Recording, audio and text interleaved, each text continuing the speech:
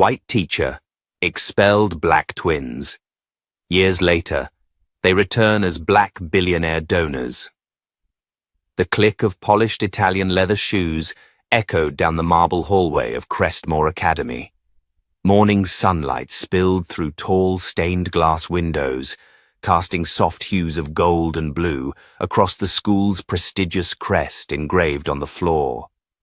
Principal Evelyn Myers glanced up from her conference folder just as the door to her office creaked open. Standing there were two sharply dressed black men in their early 30s, confidence radiating off them like heat. One wore a dark grey suit, crisp white shirt, and a navy silk tie. The other had a charcoal double-breasted ensemble with discreet cufflinks that gleamed when he reached out to shake her hand. "Good morning," said the taller one with a smooth baritone. "I'm Elliot Washington. This is my brother, Carter." "We're here on behalf of the Washington Foundation. I believe you've been expecting us." Evelyn stood quickly, extending her hand. "Yes, of course." "Thank you for coming. We're truly honored that your foundation is considering a partnership with Crestmore." What she didn't expect, what made her breath hitch and her fingers stiffen mid-handshake, was the sight of the third person stepping in behind them. A woman. White, mid-60s now, her hair pulled into the same neat bun she had worn 15 years ago. The navy blouse, the sharp grey slacks, the silver chain she always wore tucked behind her collar. Carter's eyes met hers first, calm, direct, unforgiving. "Ms. Callahan," he said, voice deceptively polite. "Long time." Rachel Callahan froze in the doorway. She looked from one twin to the other, recognition dawning slowly, her face draining of color. The room fell into a suffocating silence. "You, Elliot and Carter, Washington?" she whispered. Elliot took a step closer. His voice was ice wrapped in velvet. "The same. The 8-year-old boys you accused of cheating on a standardized test. The boys you got expelled from this very school." "Remember?" Evelyn turned to Rachel in visible confusion. "Wait, is that true?" Rachel swallowed, her throat suddenly bone dry. I didn't know they were..." "Successful?" Carter offered. "We were, even then. You just couldn't see it." Rachel looked like she had seen a ghost. The boys, now men, had returned, and they weren't angry. That made it worse. Anger would have been easy, righteous, predictable. But they weren't here for revenge. That much was clear. They were here to take control. Elliot turned to Evelyn with a small smile. "Principal Myers, may we sit?" "Of course," she said quickly, gesturing to the leather chairs in front of her desk. Rachel remained standing. Elliot gestured to a seat. "Ms. Callahan, I insist."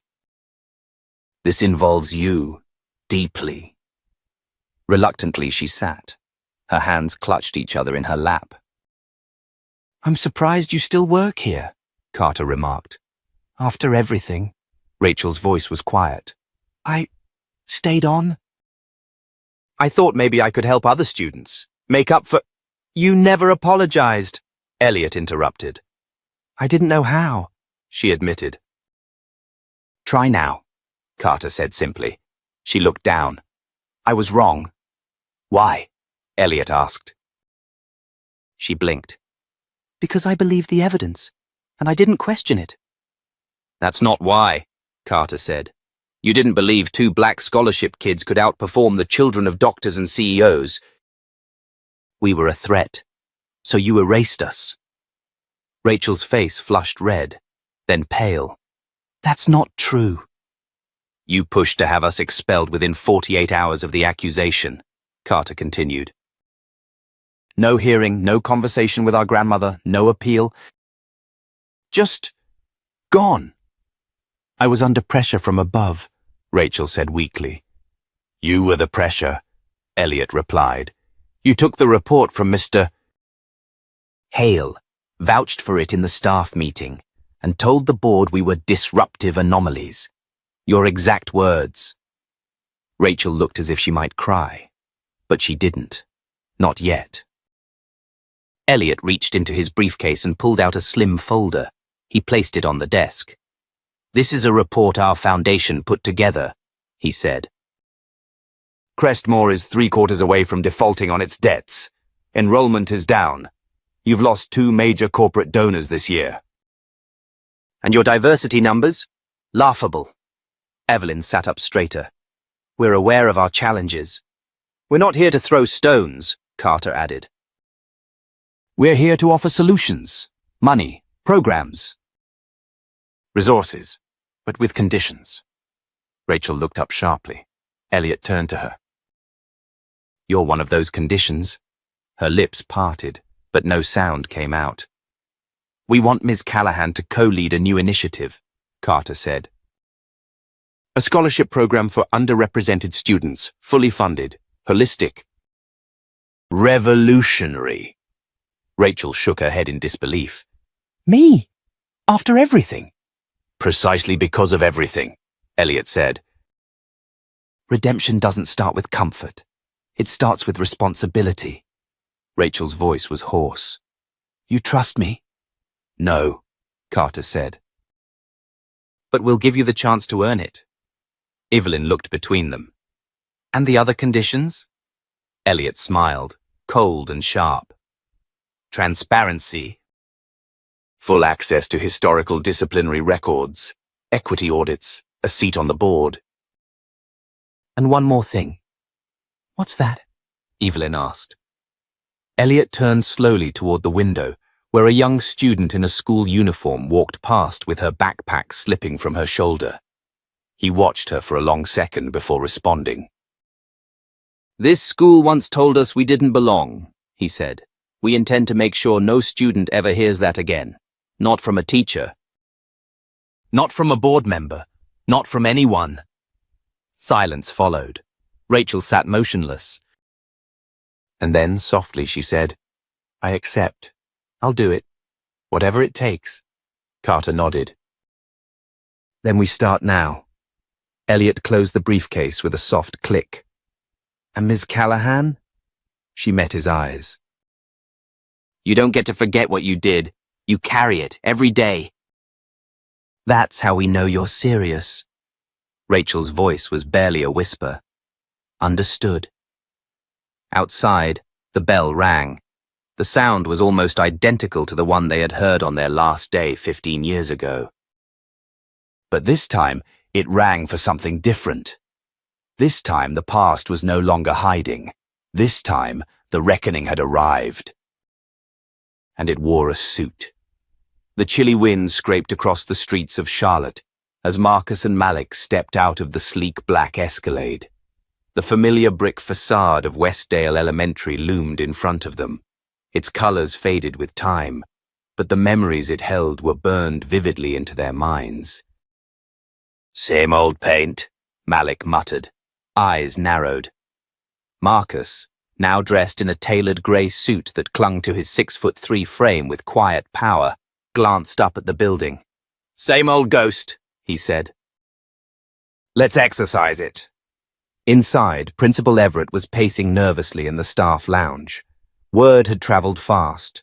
2 anonymous billionaire donors had requested a visit to an elementary school that shaped their beginnings. No names, no details, just a date. And a promise of a check with more zeros than her school had seen in its history. What she hadn't expected was them. When the twins walked through the front doors, the buzz in the hallway froze like a snap of winter in mid-air. Staff turned, students paused, and then came a voice, a slow, brittle echo of a memory. "Marcus? Malik?" Mrs. Langford. She stood at the end of the hall, still wearing the pearl earrings and condescending smile they remembered too well. Her white cardigan hung perfectly pressed, but the fake warmth in her voice cracked as she took a step forward. "Well, isn't this something?" she breathed. "All grown up now. My. What brings you back here? Marcus's smile didn't reach his eyes. A little philanthropy, a little closure. Malik stepped in. We thought it was time to give back. After all, Westdale gave us so much. A flicker of discomfort passed across her face. She chuckled, but it didn't land. Well, it's just lovely to see you.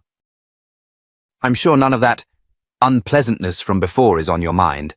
Water under the bridge, right? No, ma'am, Marcus said coldly. Some bridges need to burn. Just then, Everett emerged from her office, nearly stumbling over herself. Gentlemen, welcome. Oh, I didn't realize you were already acquainted with Mrs. Langford. Oh, we are, Malik said, with a flat tone. She expelled us. The room went quiet. Langford stammered.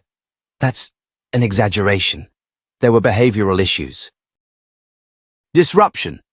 Being black isn't disruptive, Marcus snapped. Neither is speaking up when a teacher calls your mother a charity case. Principal Everett looked like she'd swallowed a brick. I wasn't aware of any of that. Marcus pulled out his phone, tapped the screen, and played back an old, grainy voicemail. A child's voice. His voice. She said we don't belong. That our kind should go to a different school. Langford went pale. I was 8, Marcus said, and I recorded that on my mom's burner phone. She was cleaning office buildings till midnight just to keep us afloat. You think we forgot? Malik stepped closer, voice soft but piercing. But we're not here to throw dirt. We're here to plant something better. He reached into his briefcase and handed Everett a sealed envelope. She opened it. Her hands trembled. $10 million, earmarked for building a new state-of-the-art STEM wing, named the Bennett Twins Center for Equity and Innovation. Langford stared, stunned. There's just one condition, Marcus said. Everett looked up, eyes wide. Anything. Marcus's gaze turned to Langford. No place for people like her in a building carrying our name. Silence. No one breathed. Langford opened her mouth, but Everett cut her off. You're absolutely right. She turned to Langford, voice firm. Patricia, I'll need your resignation. Immediately. Langford's lips trembled. You can't be serious. I'm dead serious, Everett said. And so are the donors. Marcus and Malik turned without another word. As they stepped back into the sunlight, the school doors closing behind them, Malik exhaled slowly. You think she'll remember us now? He asked. Marcus smirked. She'll never forget us. The Escalade pulled away, leaving the school behind. But this time, not in defeat. This time, they were claiming it. And this was only the beginning. The warm buzz of excitement echoed through the newly painted halls of Westdale Elementary. Overnight, the story had spread like wildfire. 2 former students, once expelled under disgraceful circumstances, were now the biggest donors the school had ever seen. But for Marcus and Malik Bennett, the media headlines didn't capture what this moment truly meant. They weren't just rewriting history, they were reclaiming it. Marcus sat in the back row of the school's multi-purpose room, quietly watching a group of wide-eyed 5th graders experimenting with a set of brand-new robotics kits. Their laughter rang through the room, and something tightened in his chest. This, he whispered, this is why we came back. Malik leaned against the wall beside him, arms crossed, but his usual stoic face softened at the sight of the kids. You think they'll grow up never knowing how hard we fought to just exist here? That's the goal, Marcus said. Make the past irrelevant by building a better future. Just then, Principal Everett entered with a smile that faltered the second she saw the envelope in Malik's hand. This was in the admin mailbox, Malik said, holding it out. No return address. Everett took it and opened it slowly. Inside was a single sheet of paper. Typed, cold, unapologetic. The school board will be reviewing your recent donor partnership. There are concerns about how the funds were solicited and the undue influence being exercised over personnel decisions. Everett looked up, face pale. The school board. This sounds like someone filed a complaint. Marcus's eyes narrowed. Someone who didn't like being held accountable. Langford, Malik muttered. She's not done. Everett hesitated. She's well connected. Her husband's a district superintendent, and her brother's on the review board. Malik scoffed. Of course he is. Marcus stood. Let me be clear. We don't buy silence, we buy change. And if they want a fight, they'll get one. But it wasn't just about money anymore. That night, as Marcus drove through the quiet streets of Charlotte, memories crept back. Of their mother crying silently in the kitchen, of having to eat peanut butter sandwiches for weeks while she skipped meals, of sitting outside the school office after being accused of stealing a pencil, because a teacher just knew it had to be one of the twins. He pulled over and dialed a number he hadn't called in years. Hey, he said when a woman answered. Miss Turner? You still teaching civics? The voice on the other end was warm. Marcus Bennett, I thought you disappeared. I'm back. And I need your help. By the next morning, Ms. Turner, one of the few teachers who had stood up for them back then, was walking the halls of Westdale again, clipboard in hand, observing classrooms as a consultant for the new Bennett initiative. But as she passed the library, a group of teachers fell silent. One of them, Ms. Carr, an older white woman with a permanent smirk, leaned in to whisper something to a younger colleague. She thinks a couple of rich boys can buy their way into fixing this place. Still just thugs in suits. Ms. Turner froze. Her eyes flicked to the young black student sitting at a table nearby, pretending not to hear, but his clenched fists said otherwise. Later that day, Marcus and Malik called an emergency staff meeting. No media, no cameras. Just truth. Marcus stepped to the front of the room and scanned the faces.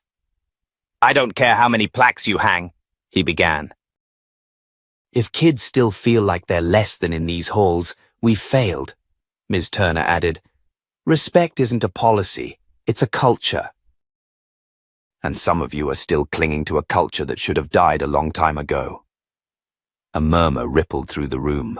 Some nodded, others crossed their arms defensively. Then Malik pulled up a security clip from the library. The moment Ms. Carr whispered to her colleague, the little boy's face, the teacher's words picked up faintly by the mic. The room fell silent.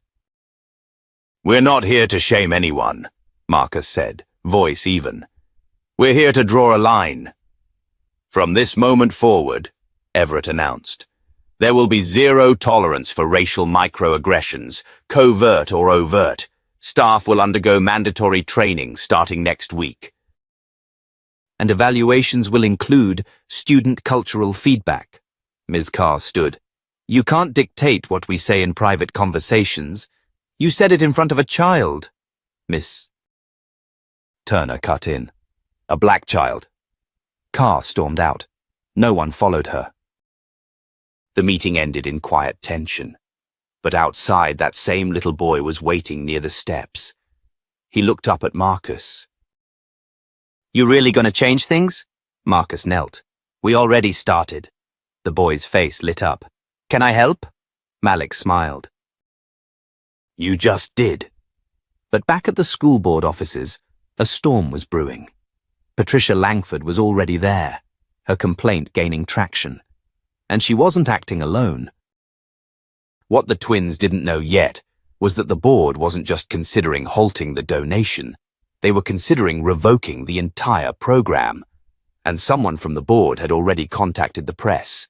The past wasn't through with them yet. Not by a long shot.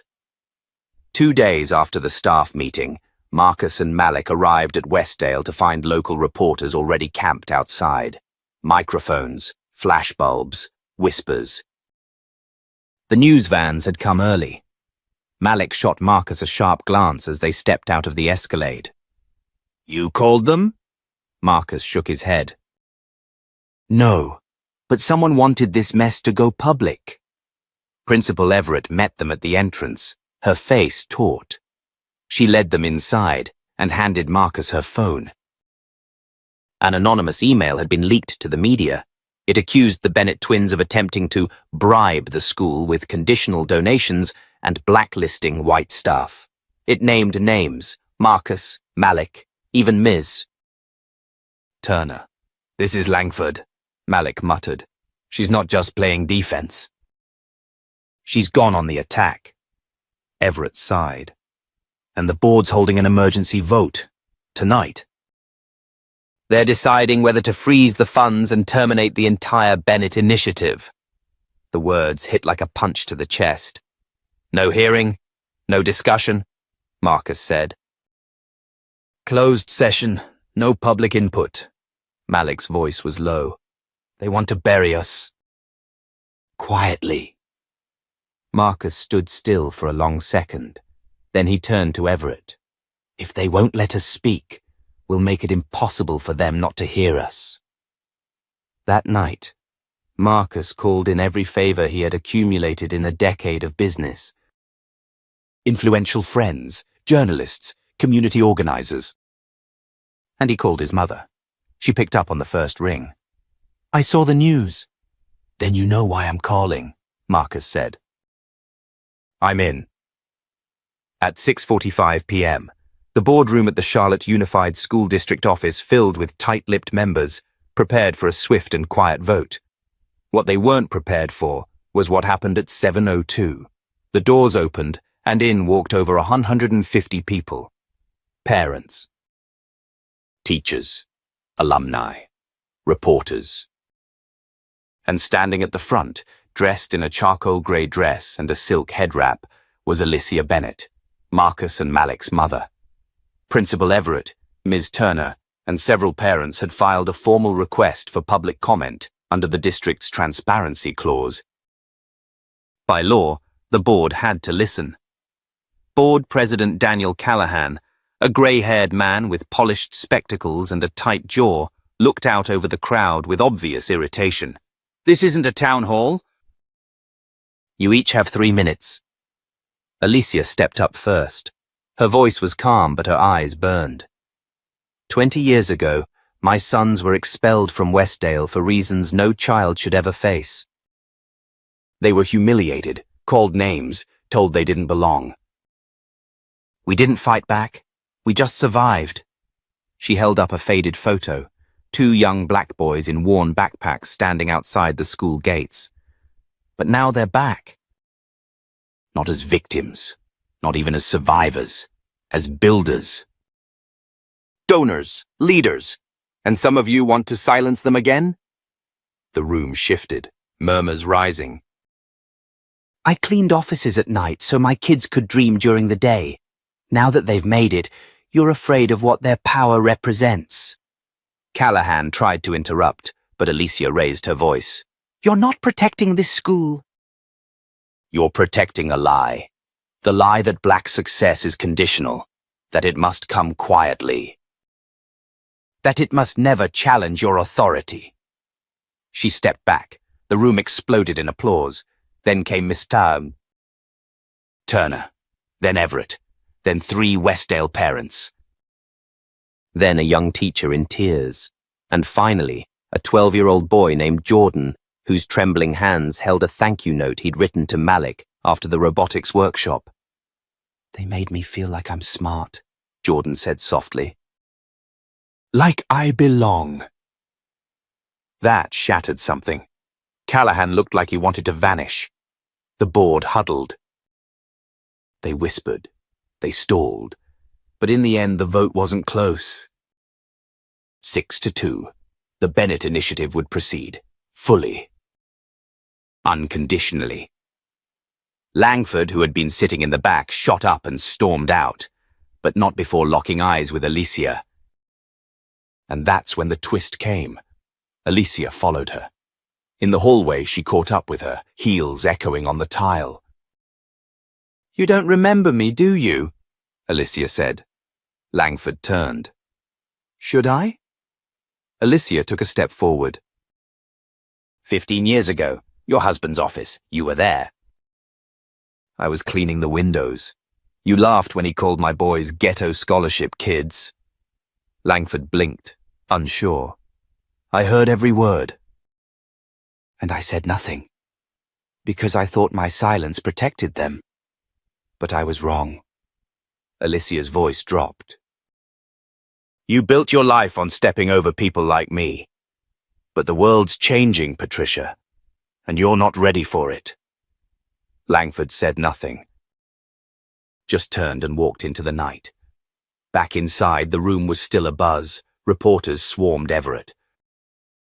Students cheered, but Marcus and Malik stayed back, watching it all unfold. "We didn't win," Malik said quietly. "No," Marcus replied. "We earned this." But as they turned to leave, Everett came running up, phone in hand. "You need to see this," she said. A new story was breaking online. Someone had leaked a private audit showing that over the past 10 years, certain board members, including Callahan, had diverted public funds to consulting companies tied to their relatives. And guess who the largest vendor was? Langford Educational Solutions. A scandal was erupting, and the brothers hadn't even touched it. Yet, the morning after the board meeting, Charlotte woke up to a media storm. Front pages screamed headlines like, "School Board Corruption Scandal Explodes" and "Langford Connections Exposed." By noon, satellite trucks lined the street outside the school district headquarters. Every major news outlet, from CNN to local AM radio, wanted a piece of the story. Marcus watched it unfold from the corner of a coffee shop, barely touching his espresso. Across from him, Malik was glued to his phone, scrolling through an avalanche of messages and interview requests. 3 months ago, we were ghosts in this city, Marcus said quietly. Now they're acting like we're the second coming. Malik didn't look up. They don't love us. They love the noise we made. Marcus nodded. Then maybe it's time to change the frequency. Just then, his phone buzzed. A text. Unknown number. "This is Deputy Chief of Staff Karen Lee. The President has read about your work. She'd like to meet. DC. Thursday." Discreet. Marcus stared at the screen. Malik raised an eyebrow. "What?" Marcus slowly turned the phone to face him. Malik blinked. "The White House?" Before either of them could process it, Principal Everett called. "They're coming after the school, Marcus." "I just got notice from the district. There's going to be a state-level audit of our entire financial history. It's retaliation." Marcus's jaw tightened. "They can dig?" "We've got nothing to hide." "It's not about hiding," Everett said. "It's about burying us under paperwork, freezing our accounts, and making progress impossible." Back at the district building, Callahan had gone silent, but whispers circulated that he was lawyering up. Meanwhile, Langford disappeared completely. Reporters swarmed her gated community to no avail, but it wasn't over. A new figure entered the scene, Charles Whitmore, an icy corporate attorney and Langford's private legal counsel. He stood at a podium outside City Hall the next day and spoke with chilling precision. "My client will not be vilified by a coordinated campaign of media manipulation and racial intimidation. We will be pursuing defamation charges against several individuals, including Marcus and Malik Bennett." The brothers watched the clip in stunned silence.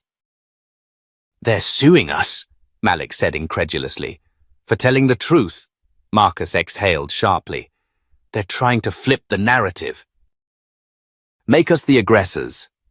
But what Whitmore didn't expect was Alicia Bennett. The very next day, she filed a countersuit, with her son's full support, but not for defamation. She sued for wrongful expulsion, psychological trauma, and systemic racial discrimination, backed by sworn statements from 7 other black families who had children expelled under Langford's tenure. Ms. Turner became the first witness. And then came the bombshell.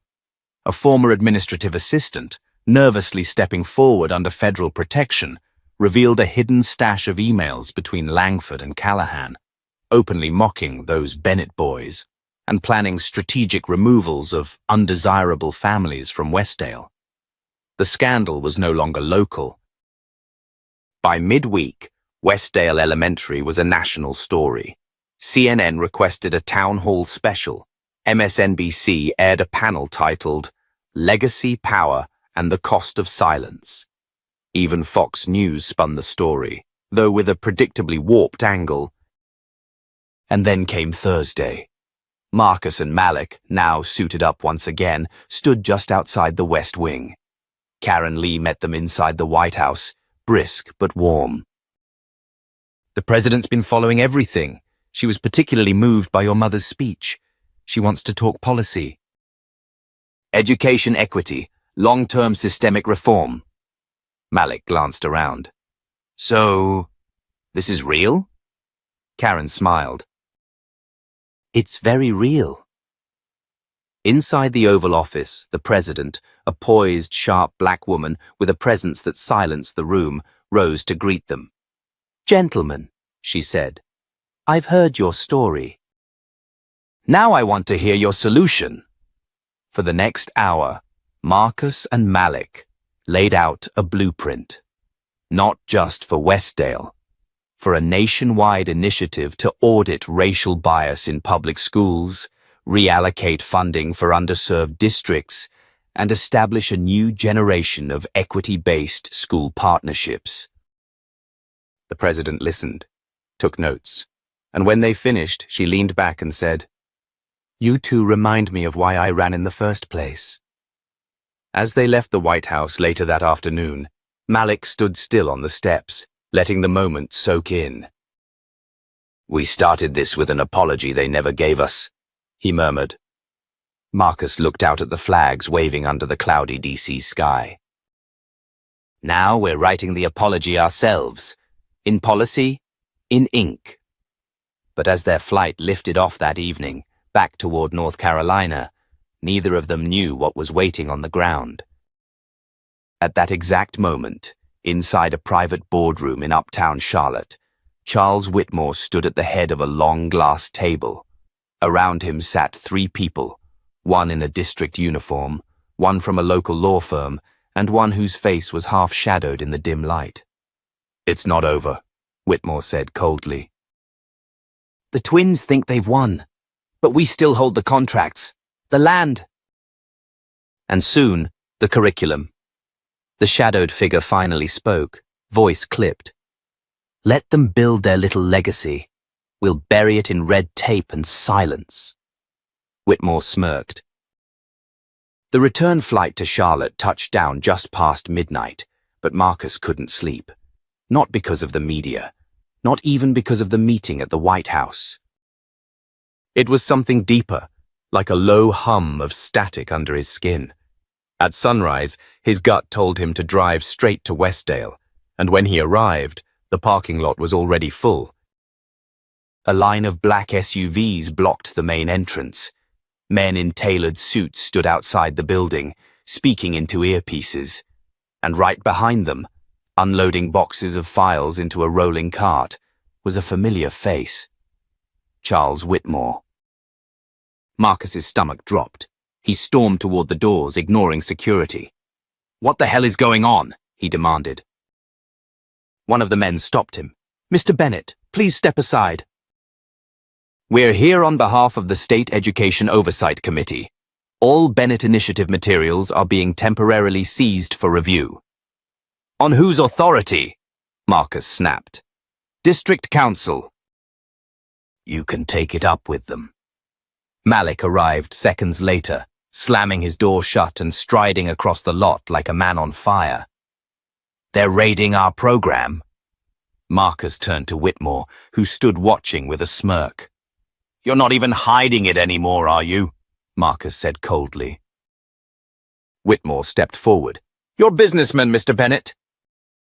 Surely you understand how quickly things can turn when one of your partners is under federal investigation." Marcus narrowed his eyes. "What are you talking about?" Whitmore handed him a tablet. On the screen was a headline from a local news site. "Exclusive. Principal Everett linked to misused grant funds from 2017. A grainy photo showed Everett at a fundraiser event, shaking hands with a man who had later been indicted for embezzlement. "It's a reach," Malik muttered, reading the article over Marcus's shoulder. "That's all we need," Whitmore replied, voice low. "Just enough doubt to freeze your momentum." Marcus looked around at the students trickling into the building, the worried parents watching from the sidewalk, the teachers whispering behind glass. He could feel the story shifting. Again. That night, the brothers called an emergency meeting with Everett and Ms. Turner in a quiet restaurant on the city's east side. Everett looked pale. "I had no idea this would come back. It was a standard partnership. I filed all the paperwork." "We believe you," Marcus said. "But the press doesn't care about facts right now. They care about narrative." Turner leaned forward. "So change the narrative." Malik raised an eyebrow. "How?" Turner hesitated, then took a long sip of her tea. "There's something I never told you. Back in 2005, there was a student, a boy, mixed race. Quiet, struggled with reading, but brilliant with numbers. Langford didn't want him at Westdale. She pushed him out using the same methods she used on you." Marcus frowned. "Why does that matter now?" "Because that boy is now on the State Oversight Committee. His name is Elijah Graves." Malik stared. "Wait, Graves? The guy signing off on all these new reviews?" Turner nodded. "He remembers everything. But he never spoke about it. Too risky, too political." Marcus stood slowly. "Then maybe it's time he remembers out loud." The next morning, the twins arrived unannounced at the committee offices. Graves was in a meeting, but when he saw their names on the visitor list, he came out himself. Elijah Graves was in his early 40s, tall, glasses perched on a sharp nose, suit crisp. But when he saw Marcus and Malik, something flickered behind his eyes. "I know why you're here," he said quietly. Marcus nodded. "Then you know what this is really about." Graves closed the door behind him. "You think I don't see what Whitmore and his people are doing? They've been feeding half-truths and manipulating audits to regain control." "But I can't just take a side without evidence." "You don't need to take a side," Malik said. "You just need to tell the truth, the real story." Graves was silent. Then he turned to his desk drawer and pulled out a sealed folder. "This is from the district archives," he said. "Old internal memos. Staff complaints, letters from parents. Some of them were buried." "You'll find Langford's name on more than half." Marcus flipped through the pages. The further he read, the more his hands trembled. Suppressed reports. Racist teacher evaluations, targeted expulsions. "You're sitting on proof," Marcus said. Graves leaned back. "I've been sitting on guilt for 15 years. He stood. "I'll make a statement. But if I go public, they'll come after me too." Marcus met his gaze. "Then we stand with you." Later that week, Elijah Graves stood before a packed press conference and delivered a speech that shook the district to its core. He detailed systemic racism inside Westdale. He named Langford. He validated every claim the Bennetts had made. And most importantly, he promised a full, independent audit of every disciplinary action filed under Langford's leadership. But that wasn't the twist.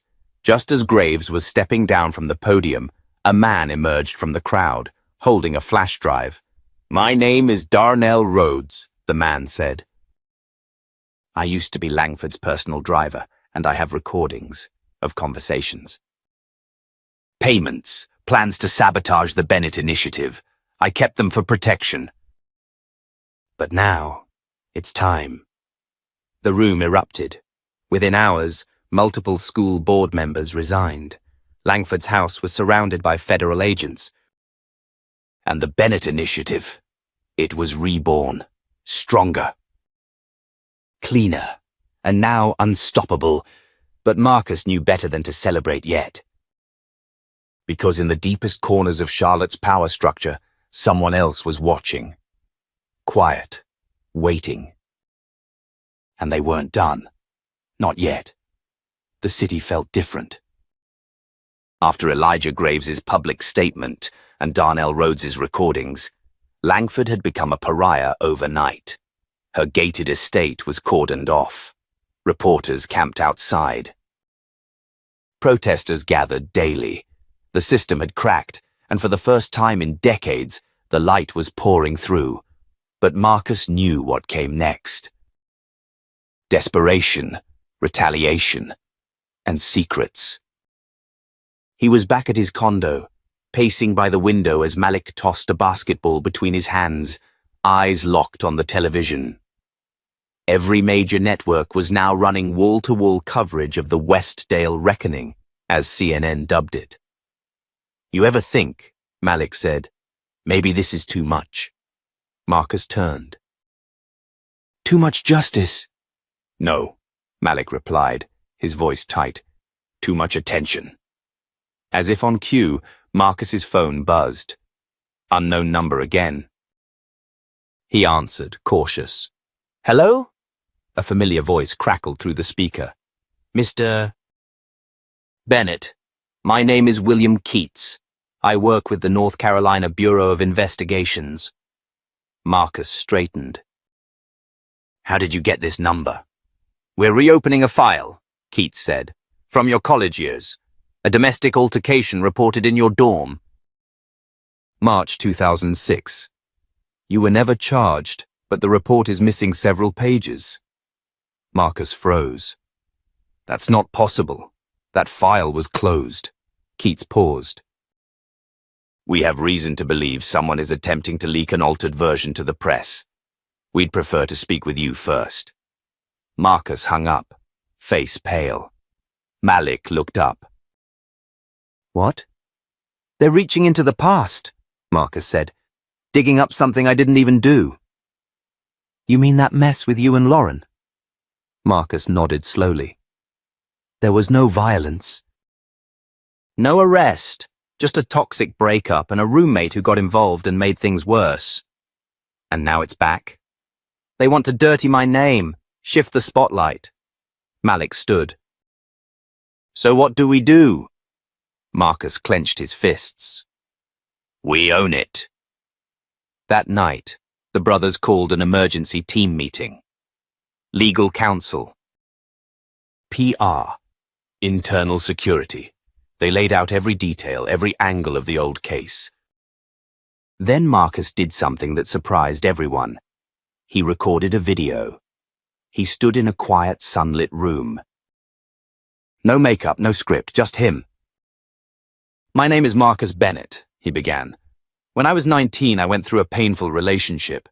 It ended badly." Words were said. Emotions ran high. A report was filed. No charges, no arrest. But I want to be the one who tells you that story, before someone else twists it into something it was never meant to be. He paused. "I am not perfect, but I have never raised my hand to anyone, and I will not let my past be weaponized to silence what we're building now." The video went live at 7:03 p.m. By 7:18, it had 1 million views. By 7:45, Lauren herself, his ex from college, posted a written statement on social media. "There was never abuse. Marcus and I were two young, hurting people who hurt each other emotionally, but he never crossed a physical line. Anyone suggesting otherwise is manipulating the truth. The storm died before it could form. But that wasn't the end of it. Later that week, as the Westdale renovation officially restarted with fanfare and fresh energy, Marcus received a small envelope in his office. No return address. Inside, a single photo. A teenage Marcus sitting across from a man in a dark grey suit in what looked like a law office. Handshake. Documents on the table, a date scrawled in the corner, 2007. Marcus blinked. He didn't recognize the man at first. Then it hit him. It was Vincent Holloway, a powerful real estate developer. And now, one of the secret investors in Langford Educational Solutions. He hadn't just been an investor. He'd been Marcus's early mentor. A silent donor during his startup days, a man who had always been in the background, offering support but asking for nothing in return. Until now. Malik walked in. "You good?" Marcus handed him the photo. Malik stared. "You think he's the one pulling the strings now?" "I don't think," Marcus said. "I know." He pulled open a locked drawer and retrieved a file labeled Holloway Holdings. Inside were emails, property transfers, shell companies, things he'd quietly started compiling after noticing strange connections months ago. "He owns most of the land around Westdale," Marcus said. "The initiative raised property values. He's buying up everything." Malik's jaw tightened. "So this was never just about the school?" "No," Marcus said. "This is about power, control, generational wealth." Malik's eyes darkened. "Then we hit him where it hurts." The next day, the Bennetts made their move. They filed a petition with the city council to freeze all further land transfers around Westdale pending a public transparency hearing.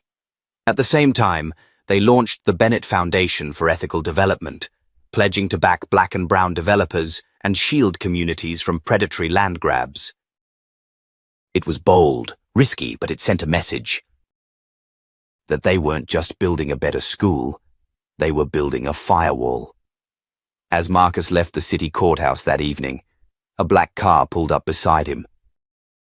The window rolled down, and there he was, Vincent Holloway. Older now, but those calculating eyes were the same. "You've done well, Marcus," he said calmly. "But you're swinging too hard." Marcus leaned in. "And you're used to people swinging low. Not anymore." Holloway smiled faintly. "Careful, son. You burn too many bridges, and you might find yourself standing alone." Marcus turned to walk away. "I didn't build this to stand on someone else's foundation," he said. "I built this so no one else has to." As the car drove off, Marcus looked back at the city skyline. The game had changed. The enemy was no longer in plain sight. But neither were they. A storm rolled over Charlotte that morning, thick clouds swallowing the skyline, thunder crackling low like a distant drum. But the tension in the air wasn't just weather. It was the final act unfolding. Marcus stood on the second floor of the new Bennett Center for Equity and Innovation, staring out the window as rain smeared the glass. Inside, students tested 3D printers, coded robots, built solar panel models with teachers guiding them gently, not correcting, but inviting. This was the dream. But dreams come at a cost. Malik entered, his jaw tight. "The city council just denied the land freeze motion. Holloway's companies can keep buying." Marcus didn't move. "He outbid us again?" "Triple." "Used one of his shell groups. We didn't see it coming." "Of course he didn't show up in person," Marcus said, voice low. "He doesn't need to." "Men like him don't swing fists. They sign deeds." Malik walked up beside him. So what's next? Marcus turned to face his brother. We hit the source. That night, they held an emergency town hall. Cameras lined the back wall. Every chair in the gymnasium was filled. Dozens stood in the back. Reporters scribbled. And at the center stage stood Marcus, Malik, and Alicia Bennett. Alicia stepped up first. I spent most of my life cleaning buildings I was never invited to sit in. I raised 2 boys who were told they didn't belong. And I stayed silent when it hurt the most. But I'm done being quiet. She reached into her purse and pulled out a folder. These are bank statements, emails and records, linking Vincent Holloway's companies to every land purchase around Westdale. Some of those homes belong to black families forced to sell under pressure. This is organized displacement. This is economic erasure. Gasps rippled through the crowd. Then silence. Marcus took the mic. We're not just building schools. We're building space. Space for kids to breathe, to belong. And we will not let that be sold off, piece by men who smile in silence and devour from the shadows. Then Malik stepped forward, eyes sharp. Holloway threatened to sue us, to smear us, to break us. But here's the thing. We don't break. We build. At that moment, the large screen behind them lit up. Footage played. Hidden recordings obtained through a whistleblower at Holloway's firm. Conversations detailing the manipulation of property values, plans to undercut black-owned businesses, and instructions to leak damaging files on the Bennett brothers. It was all there. And it aired live. The crowd erupted in gasps, shouts, applause. Journalists sprinted for their phones. The next morning, it was national news. Holloway resigned from 3 boards. Federal investigations began. The Department of Justice opened an inquiry. But for Marcus and Malik, justice wasn't headlines. It was what happened 3 weeks later. A boy named Jordan, the same 12-year-old who once asked Marcus if he could help, stood on stage at the school's reopening. My mom says this building wasn't made for us before, he said into the mic, nervous but proud. But now it's ours. I want to be a teacher, or maybe a doctor, or maybe both. I want to show the world what we can be. The crowd stood, every single person, and in the back, Alicia wiped her eyes. Later that night, Marcus sat beside her on the old porch swing at her house. You proud of us? He asked softly. She smiled through tired eyes. I was always proud. But now, I'm proud that you're not afraid. Proud that you stood tall and never made yourselves small. Malik joined them, sitting on the steps. We're not done, he said. No, Marcus agreed. This was never about a school. It's about rewriting who gets to belong, Alicia whispered. They sat in silence as the wind blew through the trees, and somewhere in the distance, thunder gave way to stars. To every viewer still watching, thank you. This wasn't just a story about 2 brothers. It was a story about all of us. Anyone who's been told to sit down, stay quiet, or know their place. If this story moved you, if it made you feel seen, if it made you angry or hopeful, then don't let it stop here. Like, share, and subscribe to this channel so we can keep telling the stories that matter. Stories about courage, justice, and what happens when people stop waiting for permission and start building their own future. Your voice matters, your story matters, and you are not alone. Thank you for being part of this journey.